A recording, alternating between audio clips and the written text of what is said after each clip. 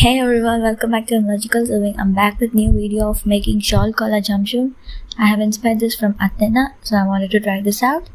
And this is the first time I'm trying jumpsuit and also the shawl collar pattern. But I'm happy that it turned out so cool. If you like it, let's get it. Happy sewing!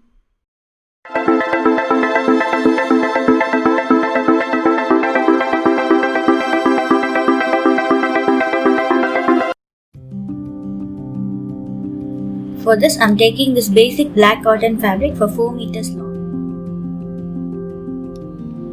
I have drafted a pattern for the back part of the jumpsuit with the zipper allowance and also the basic body's measurement of shoulder, neckline, and the armhole, and the bust line, and the waistline. Now I'm going to trace them on a fabric with the zipper allowance.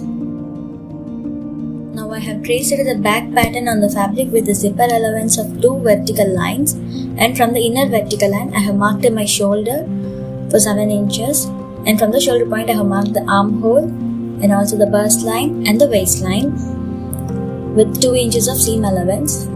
And for the shoulder line, mark half an inch slantingly so that the fabric will settle down so perfectly at the shoulder. Then mark 0.25 at the end of the shoulder point and also at the below armhole line, and mark 1 inch from the middle of the armhole line. Then join the 3 points together. By doing this, our armhole curve will look so neat.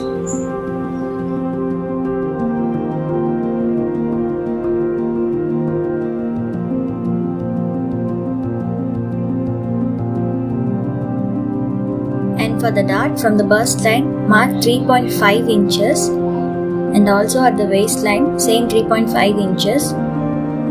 Join the points with a straight line. And from the bust line, take 1 inches below and also at the waistline, mark half an inches. Then join the 3 lines. That's going to be our dart line.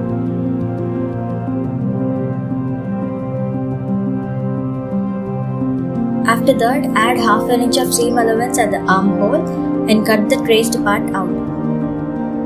Now I have 2 back parts for the lining fabric, and this is the formation of back part when I exclude the zipper allowance. See, and our back part is ready. So I have traced the front pattern with the collar allowance, and when I exclude the collar, this is the basic body's measurement. You can see.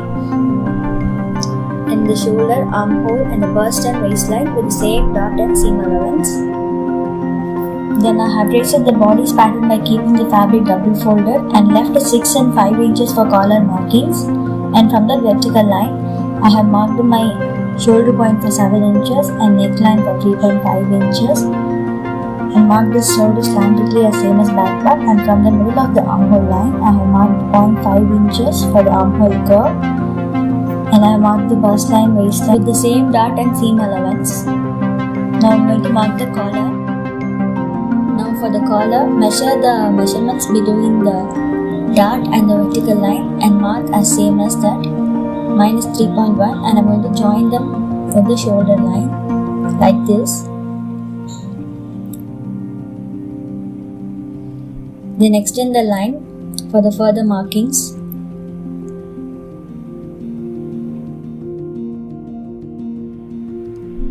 After extending the line, now take the back part of the fabric and measure the neckline width, excluding the zipper allowance, and mark whatever you get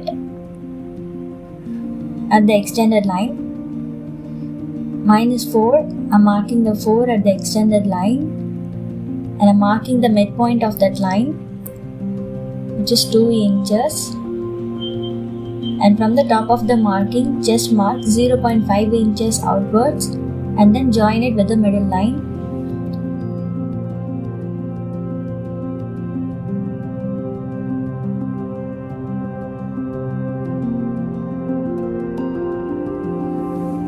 After that, I'm marking collar width of 3 inches at the top and also at the waistline.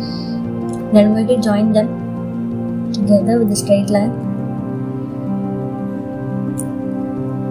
You can either take 3.54 or whatever you want for the shoulder width.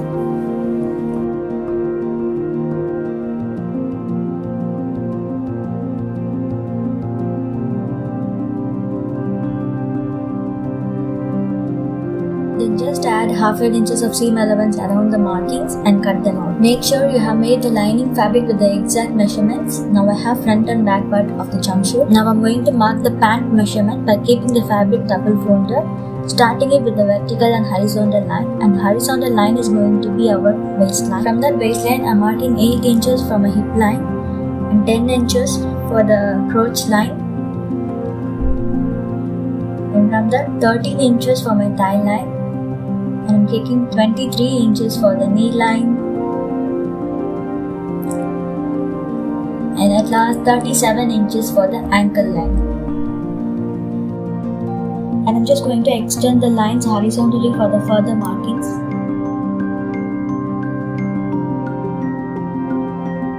Now we have waistline, hip, throat, thigh, knee and ankle lines. And from that hip line I'm going to mark 8.5 inches for the hip measurement, and I'm marking the same length at the crotch and waistline with 8.5 inches of marking, then joining the lines with a straight line.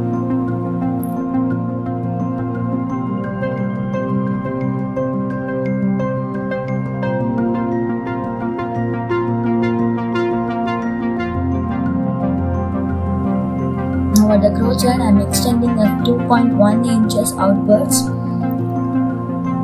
which is 8.5 divided by 4, 2.1, and I'm joining it with the hip line like this. After that I'm marking the waist measurement of 6.75 inches plus 1 inches of dart allowance, then joining them with the hip line slantingly like this.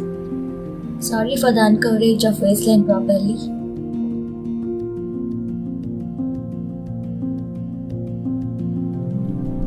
Then I'm going to mark the dart from the midline with 1/2 inches at both sides of the midline and the length of 4 inches, and joining them together.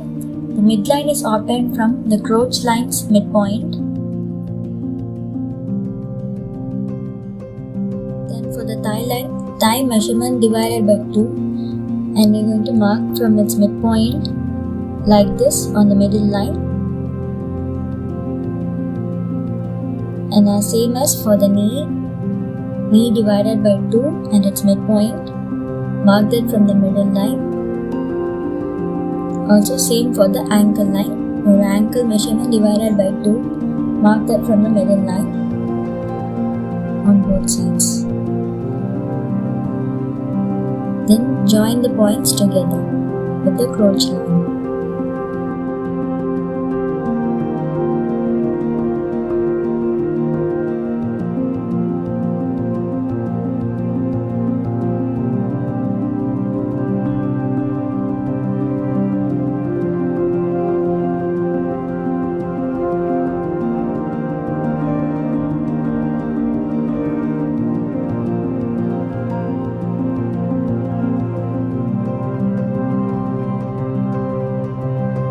So this is the basic pants pattern. To make that palazzo, I'm marking 2.5 inches on both sides of the ankle length, and I'm going to join them with the middle of the crotch line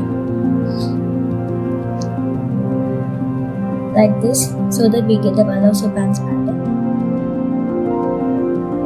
And I'm going to add 1/2 inch of seam allowance all around the pant, and I'm cut them. After cutting them out, this is how the front part of the pant will look like.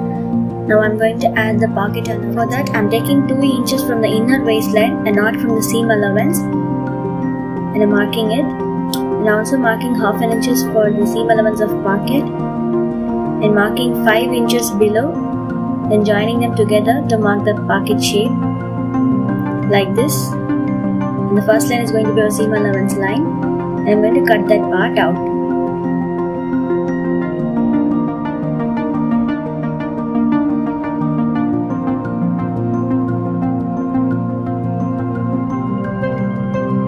After cutting them out, I'm taking this rectangular piece for the pocket formation, and this is how it will look like. And I have traced the pocket facing with the help of the piece we have cut before, like this.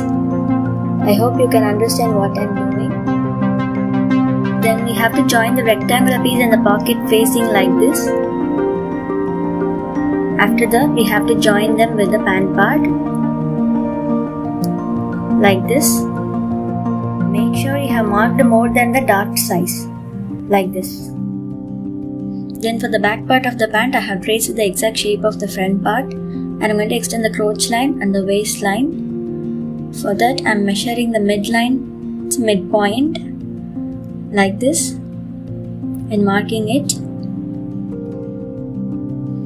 Then from the crotch line, I'm marking 2.1 inches out from it, and I'm marking 0.5 inches below it.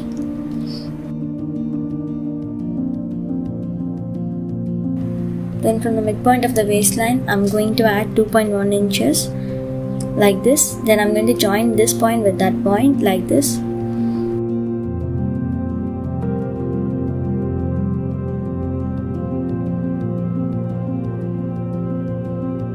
After joining the slanted line, I'm going to mark the waist measurement for 8 inches slantically, like this, and with the 1 inches of dot allowance that I'm joining together.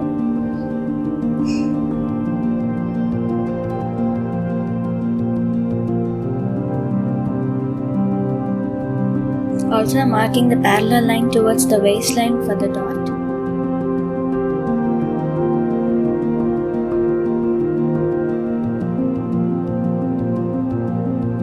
After that, I have extended the waist marking towards the thigh marking like this.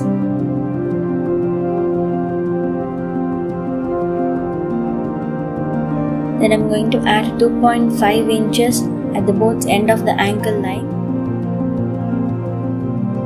Then I'm going to join them with the crotch line.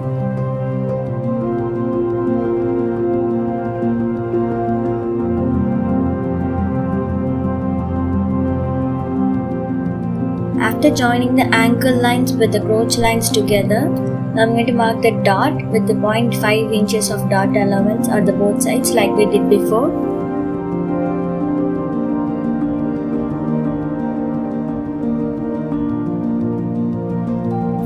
And add a half an inch of seam allowance all around the band.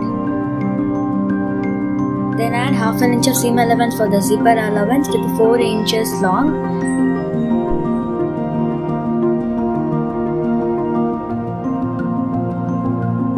After that, cut them out.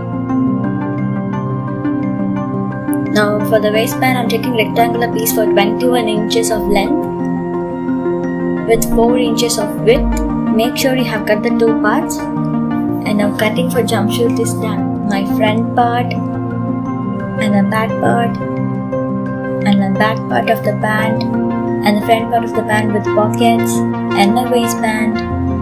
Bye for now and see you on the sewing video.